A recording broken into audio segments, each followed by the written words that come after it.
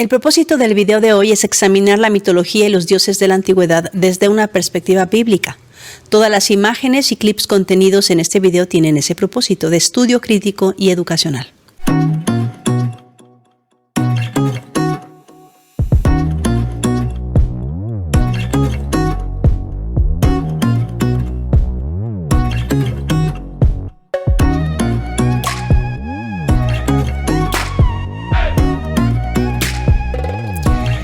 Bienvenidos caminantes en busca de la verdad. Mi nombre es Katy Gómez. Si es tu primera vez en el canal, nuestra meta es estudiar la Escritura desde su contexto histórico, indagando en la raíz del idioma en el que el Creador nos dejó su palabra. Este es el inicio de la tercera temporada de la serie Descubre la Verdad. Si tienes tiempo estudiando conmigo, mi oración es que el Eterno te bendiga y te convierta en un bereano, uno que examina todo a la luz de la Escritura y desea de todo corazón obedecer a Dios antes que a los hombres. Si estos estudios te son de bendición y quieres apoyarme, invítame a un café. En la descripción del video está la forma para hacerlo. Suscríbete al canal, deja tus comentarios y comparte este video con otros. Muy bien, la pregunta de hoy es, ¿qué tiene que ver el Mesías con un huevo o con un conejo en la Pascua? Quizá la pregunta te sorprenda. Tal vez la respuesta simple debería ser nada. Pero si decides examinar esta enseñanza, te asombrarás con lo que sucedió en la historia. Sé que el tema de hoy es delicado, estoy segura que será controversial y estoy lista para recibir una avalancha de comentarios. Pero si te quedas conmigo hasta el final del video, quizás se abra tu apetito y tu curiosidad por estudiar la historia detrás de lo que voy a explicarte hoy.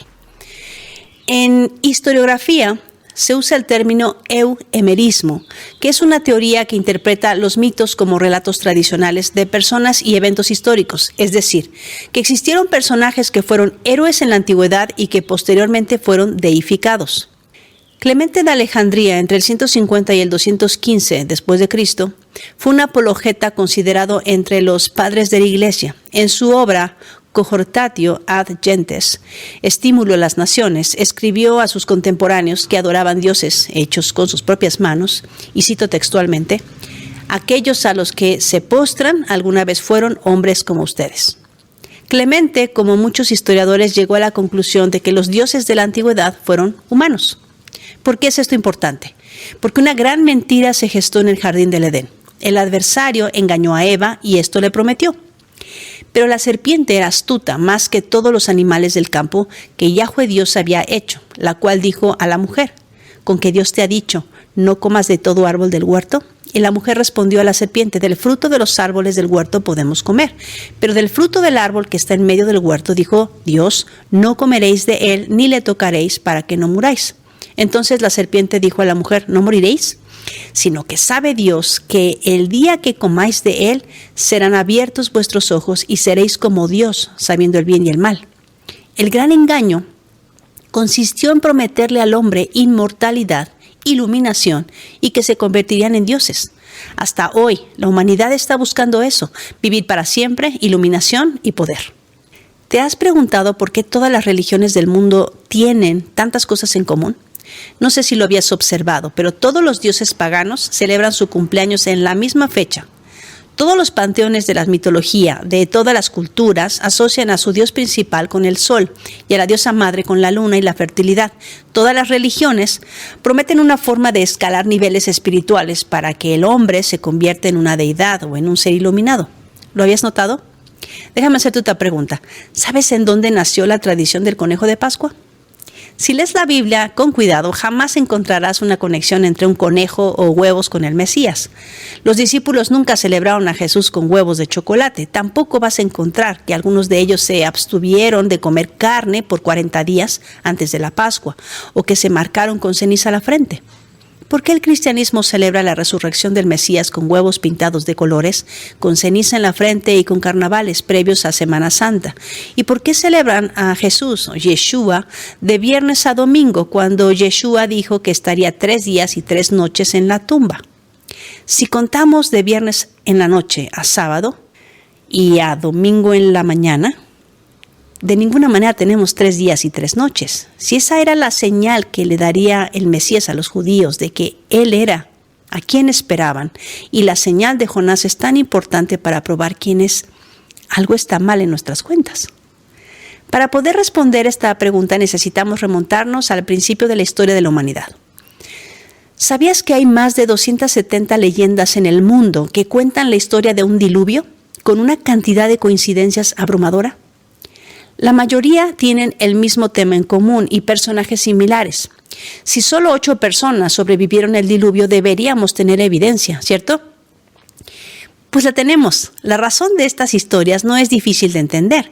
Cuando leemos el libro de la historia del universo, y me refiero al libro de Génesis, descubrimos en el capítulo 11 que los descendientes de Noé se movieron de Babel o Babilonia y se dispersaron porque Dios confundió sus lenguas. Y luego, en sus lenguas confundidas, contaron la historia de su origen en las culturas que formaron.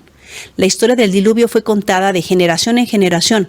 Y claro que muchos aspectos se fueron alterando al pasar el tiempo.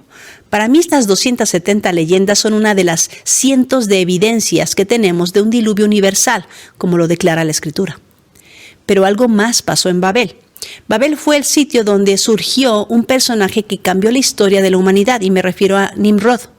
Dice la Escritura que Noé tuvo 3 hijos, Sem, Cam y Jafet. En hebreo, Shem, Ham y Jafet. Cam tuvo un hijo y su nombre era Canaán. Cam estuvo envuelto en una situación que avergonzó a su padre Noé, y por esta razón Noé maldijo a su hijo Canaán y le advirtió que sería siervo de Sem y Jafet. El nieto de Canaán fue Nimrod, y su nombre en hebreo significa rebelde. Así dice el pasaje de Génesis 10. Y Cus engendró a Nimrod, quien llegó a ser primer poderoso en la tierra. Este fue vigoroso cazador delante de Yahweh, por lo cual se dice así como Nimrod, vigoroso cazador delante de Yahweh. Y fue el comienzo de su reino Babel, Erec, Akkad y Cainé, en la tierra de Sinar. De esta tierra salió para Asiria y edificó Nínive, Rehobot, Cala y Resén entre Nínive y Cala, la cual es ciudad grande. Nimrod es el personaje más famoso de Mesopotamia. Tiene muchos nombres según la cultura o el idioma de la localidad. Como leímos, fundó muchas ciudades, de donde las principales son Babilonia y Asiria, entre otras muchas culturas. Así como todos los hombres desde Babel se llevaron la historia del diluvio y la contaron en su nuevo idioma, lo mismo sucedió con la historia de Nimrod, y a este hombre se le conoce en el resto de las culturas de Mesopotamia y Egipto como Ashur, Gilgamesh, Osiris, Orión, Ra. En América lo reconoceremos como Huitzilopochtli, entre los nórdicos era Odín. Este es el mismo dios del sol de todas las culturas de la tierra. Diferente nombre, mismo personaje. Por eso su cumpleaños sucede el mismo día, el 25 de diciembre, alrededor del solsticio de invierno. Nimrod se rebeló en Babel. Babel es el nombre hebreo para Babilonia y decidió que sería el más poderoso de la tierra. Levantó ciudades y finalmente ordenó la construcción de una torre para subir al cielo, con la intención de destruir al Creador y protegerse por si Dios decidía volver a inundar la tierra con agua. Una vez que la torre comenzó a ser levantada, entonces dice la Biblia que Dios dijo: confundamos allí sus lenguas, literalmente su labio. Esto implica que Dios provocó un defecto en la pronunciación, dando origen a una diferencia en dialecto. La historia da evidencia que los idiomas siguen confundiéndose y tienen un origen común. La confusión de Babel nunca se detuvo. Génesis señala que Nimrod edificó y estableció un gobierno político y religioso en la llanura de Sinar. También nos dice algo interesante sobre su carácter, así como Nimrod, vigoroso cazador delante del Señor. Génesis 10, 8 y 9. Este verso contiene un significado muy importante. Dice que Nimrod fue un poderoso cazador. La mayoría de las veces lo vemos representado justamente cazando leones o cargándolos como si fueran gatitos, lo que nos hace pensar que además era de gran tamaño. Siendo usado por Satanás, pretendía ser mayor que el Mesías, que vendría y quien, de acuerdo a Génesis 49, sería llamado el león de la tribu de Judá. Nimrod se estableció como el primer rey mencionado en la Biblia y es representado en las culturas de Mesopotamia siempre con un león. De acuerdo a escritos antiguos, Nimrod se autoproclamó como Dios sobre la tierra. El relato caldeo cuenta que después de la muerte de Nimrod, su esposa, la reina Semiramis, lo proclamó como el dios solar. Más adelante, cuando esta mujer adúltera e idólatra dio a luz a un hijo ilegítimo durante el solsticio de invierno, proclamó que su hijo Tamuz era el mismo Nimrod renacido. Está claro que la reina madre de Tamuz sin duda había escuchado la profecía de la venida del Mesías, que nacería de la simiente de una mujer, pues esta verdad era muy conocida desde el principio. Shem, o Sem, el hijo de Noé, estaba vivo cuando sucedió el evento de la Torre de Babel. Así que de primera mano conocían la historia del origen del hombre, la caída y la promesa de que el Mesías destruiría al adversario. Dios llamó a Abraham de esta región, Ur de los Caldeos, poco después de la dispersión de los hombres que sucedió en los tiempos de Peleg, como dice Génesis 10, versículo 25. La reina Semiramis se autoproclamó la reina del cielo, y así la vas a encontrar descrita en la Biblia. Una diosa antigua que adoraban los pueblos que reclamaban que su hijo había sido concebido de una forma sobrenatural y que era la semilla prometida. Este hijo, Tamuz, en otras culturas se le conoce como Baal, Horus, Júpiter, Thor, Quetzalcóatl, Krishna. Pero no solamente el pequeño era adorado, también la mujer fue adorada y así se les representó como la madre y el hijo. En la Biblia encontramos al pueblo de Israel más tarde adorando a esta mujer a quien en la antigüedad se le conoció como Astarte. No Semiramis es otro de sus nombres. Ishtar, Afrodita, Venus, Diana, Gea, Isis. En China es Xingmo o la Santa Madre. Para los hindúes es Aditi. Es Dana para los celtas. En la cultura de Mesoamérica es Coatlicue, Tonantzin, Ixchel y Chimalmá. El profeta Jeremías condena la adoración a la diosa que se autoproclamó la reina de los cielos. Mira cómo dice Jeremías 44:19. Y dijeron las mujeres, cuando nosotras quemábamos sacrificios a la reina del cielo y le derramábamos libaciones, ¿acaso sin saberlo nuestros maridos le hacíamos tortas con su imagen y le derramábamos libaciones? La leyenda sumeria de Damuzi, quien es Tamuz, y de su esposa Inanna, quien es Ishtar, dice que esta diosa cometió incesto y se casó con su hijo Tamuz. En otras leyendas era su hermana. Este mito épico es llamado el descenso de Inanna, que se encuentra explicado sobre tablillas de arcilla cuneiforme que datan del año 2100 a.C. Como podemos ver, Nimrod, Semiramis y Tamuz fueron usados por Satanás, el adversario de nuestras almas, para producir una falsa religión, que a veces parece ser la verdadera, porque lo que significa Babel es confusión. Este sistema religioso corrompido inundó al mundo con su filosofía y cosmovisión.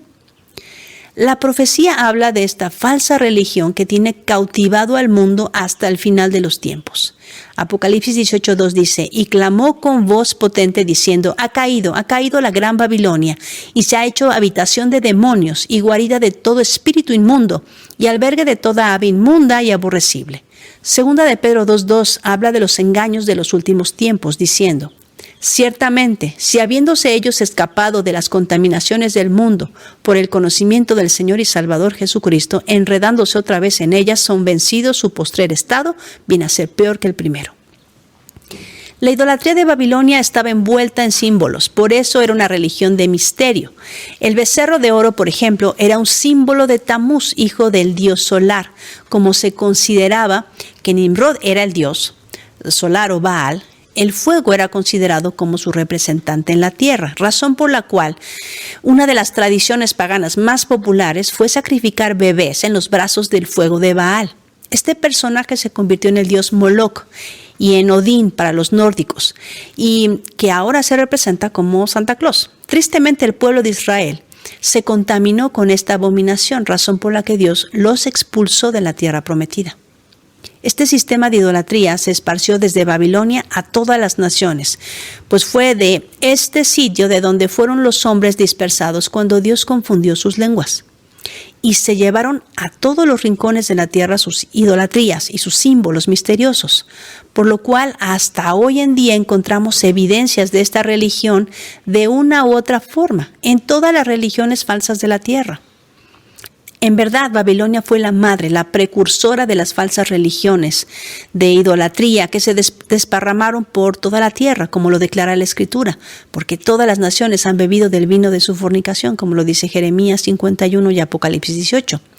Además de la evidencia escrita de que Babilonia fue el nido de las religiones paganas, también tenemos el testimonio de conocidos historiadores. Por ejemplo, Heródoto, el viajero e historiador de la antigüedad, conocido como el padre de la historia, Él mismo presenció la religión de misterio y sus ritos en numerosos países, y él menciona cómo Babilonia fue el nido original de donde provienen todos los sistemas de idolatría.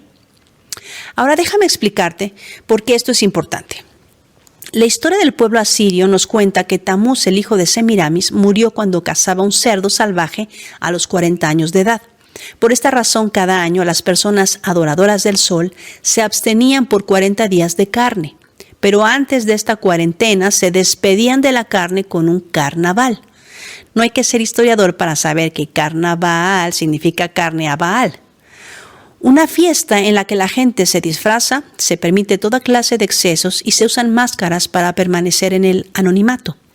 El origen de esta tradición lo ubican los historiadores en Sumeria hace aproximadamente 5.000 años. De la misma manera, en el Egipto antiguo se realizaban fiestas con características carnes toledanas, en honor a la diosa Isis o Ishtar o Semiramis, como la representación de la madre creadora y diosa de todos los dioses, y Apis, el dios de la fertilidad.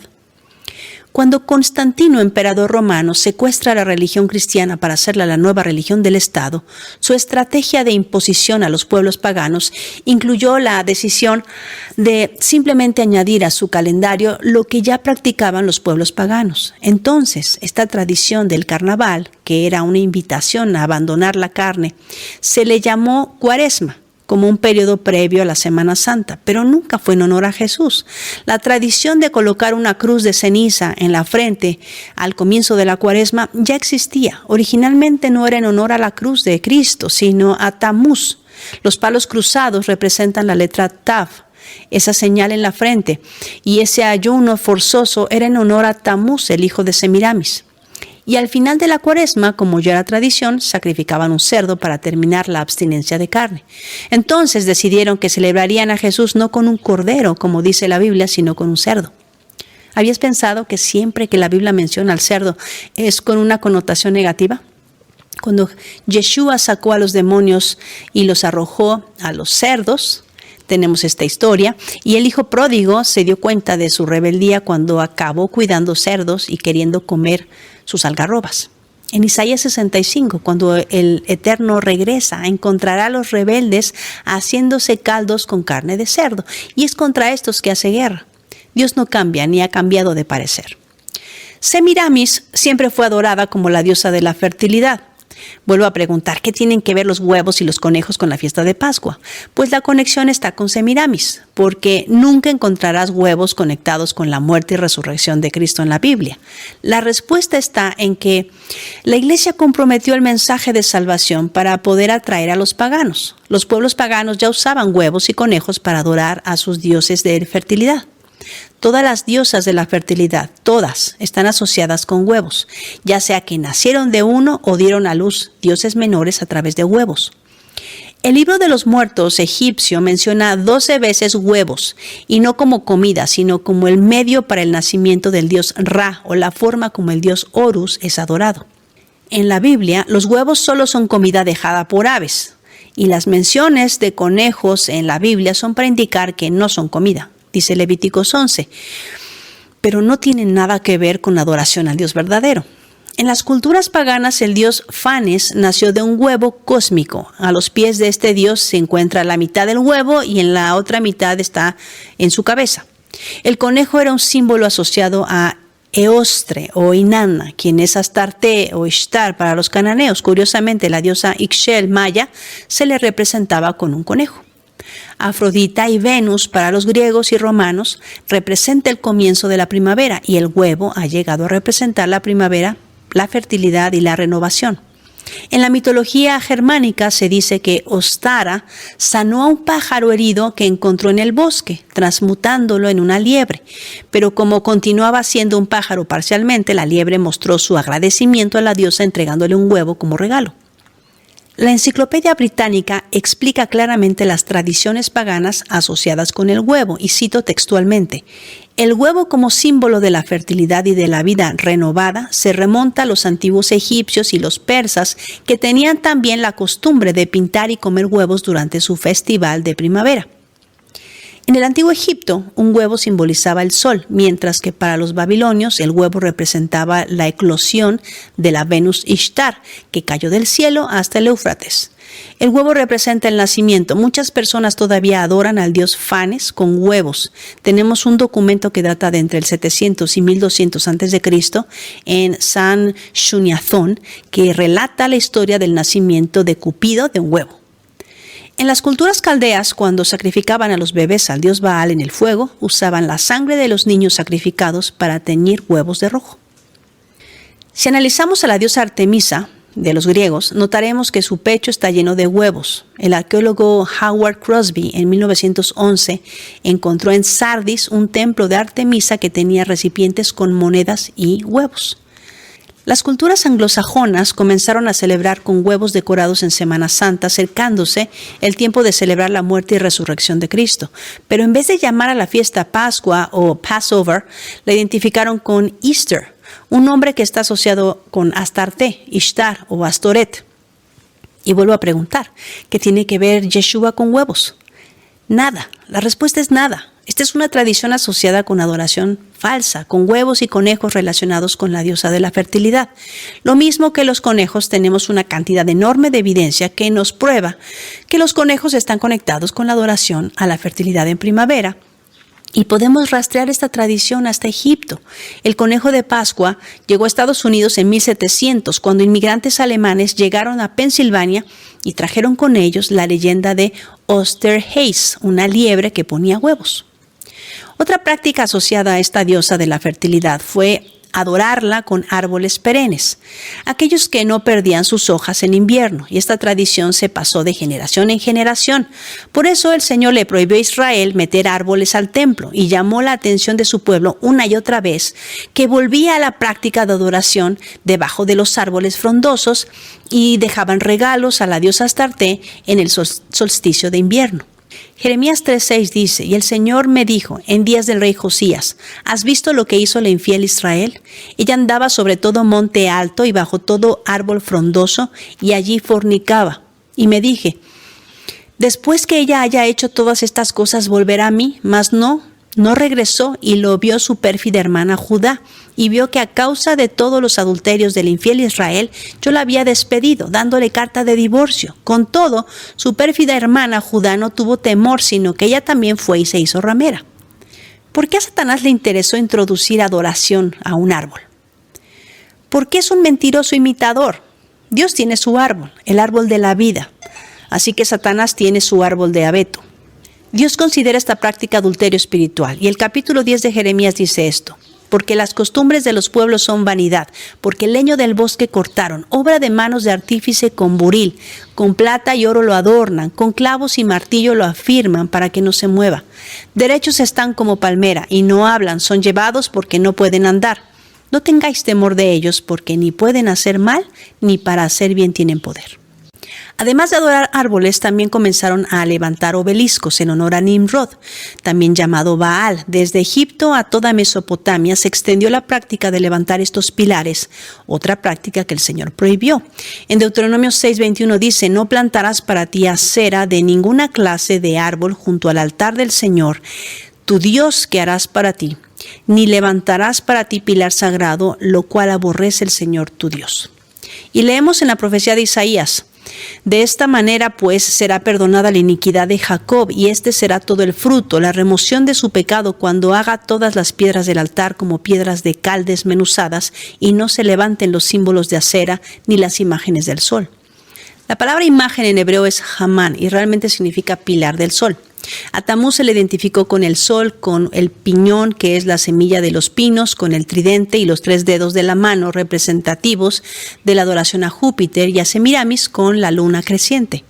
Finalmente, Constantino, por el año 325 después de Cristo, declaró que como las iglesias de Occidente no se alejaban de la costumbre de guardar la fiesta de Pascua el 14 del mes lunar, entonces el emperador pagano decidió que las fiestas bíblicas serían celebradas ya no conforme al calendario bíblico lunar, sino con un calendario fijo, y que sería proclamado que Jesús siempre sería celebrado el domingo, porque él era mitraísta, adorador del sol, y ese era el día en que él adoraba a su Dios. Mientras el cristianismo fue una religión proscrita por el Imperio Romano, los cristianos seguían celebrando el Shabbat o el día de reposo, las 7 fiestas bíblicas y comiendo limpio. Fue hasta que se volvió la religión oficial que el cristianismo adoptó las costumbres del imperio y el cristianismo se convirtió en una religión producida por el hombre, cuyos preceptos corresponden a la identidad del momento. El Señor nos ordena no mezclar lo santo con lo inmundo. El Dios de Abraham, Isaac y Jacob no tolera la idolatría, lo dice la Biblia de tapa a tapa. Sus sacerdotes han violado mi ley y han profanado mis cosas sagradas. Entre lo sagrado y lo profano no han hecho diferencia, y entre lo inmundo y lo limpio no han enseñado a distinguir. Han escondido sus ojos de mis días de reposo y he sido profanado entre ellos. Ezequiel 22. El Creador nos dio claras instrucciones para celebrar la Pascua. Esta es una celebración que nos recuerda precisamente la salida de Egipto, en la que Israel tuvo que dejar atrás el paganismo, ser bautizado en el Mar Rojo, purificado, para comenzar una vida nueva con leyes divinas y entre ellas alejarse de la idolatría. La fiesta de Pascua o Pesaj en hebreo es la fiesta que recuerda el sacrificio del Cordero y que con su sangre se mancharon los dinteles de las puertas para que el ángel de la muerte excluyera las casas marcadas. El Eterno entrara a cada casa para entrar en pacto con los que creyeron y se le perdonara la vida al primogénito. Esta fiesta fue un ensayo del sacrificio de Yeshua en la cruz. Su sangre derramada en el madero cubre y justifica. Él es el Cordero sin mancha que nos rescató de la condenación eterna. Cuando Juan el Bautista vio a Yeshua, dijo, al día siguiente Juan vio a Jesús que se acercaba a él y dijo, he aquí el Cordero de Dios que quita el pecado del mundo. El sacrificio de Cristo sucedió exactamente a la misma hora que sucedía el sacrificio en el templo. Y era la hora en que el Señor ordenó que se hiciera, entre las 2 tardes, justo a la hora 9, a nuestras 3 de la tarde, pasado meridiano, que nuestro Mesías exclamó, consumado es. Al mismo tiempo que el sumo sacerdote proclamaba en el templo, consumado es, el sacrificio terminó. Esto es gracia. Cuando crees que la sangre de Yeshua, el Mesías, te puede salvar de la muerte, que su sangre te libra del castigo inminente por tu maldad, ese es el regalo de Dios y te invita a entrar en pacto con Él a través del memorial del pan y el vino. La fiesta de panes sin levadura nos recuerda que cuando Israel salió de la esclavitud de Egipto no hubo tiempo para que la masa leudara, y la levadura simboliza el pecado. Un poquito de levadura, dice Pablo, leuda toda la masa. Un poquito de pecado contamina todo el ser. Israel tenía que comer el pan sin levadura y deprisa, porque en la mañana siguiente iban a dejar Egipto. Yeshua es el pan sin levadura, Él es el pan de vida, que fue perforado y quebrantado por nosotros. Egipto representa la esclavitud, el pecado, la idolatría, e Israel tenía que romper por completo con la vida previa en Egipto y entrar en una nueva vida con el Señor. El Eterno nos llama a no intentar servirle como las otras naciones sirven a sus dioses. Deuteronomio 12 dice, cuando Yahweh tu Dios haya destruido delante de ti las naciones a donde tú vas para poseerlas y las heredes y habites en su tierra, guárdate que no tropieces yendo en pos de ellas después que sean destruidas delante de ti. No preguntes acerca de sus dioses diciendo, de la manera que servían aquellas naciones a sus dioses, yo también les serviré. No harás así a Yahweh tu Dios, porque toda cosa abominable que Yahweh aborrece, hicieron ellos a sus dioses, pues aún a sus hijos y a sus hijas quemaban en el fuego a sus dioses.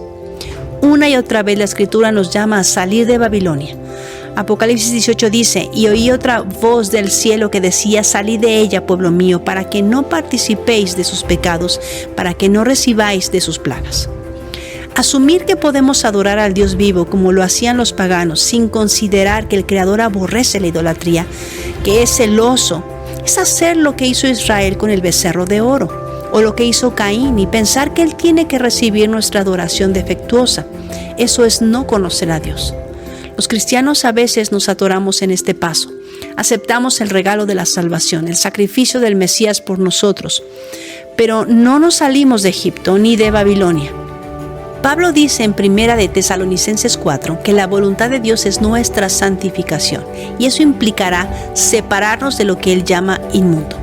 Hoy quiero animarte a que investigues más, que aun cuando la disonancia cognitiva sea abrumadora, le preguntes a Dios cómo quiere que le adores. No como a ti te gusta o como siempre lo has hecho, porque no se trata de ti, sino como a Él le agrada.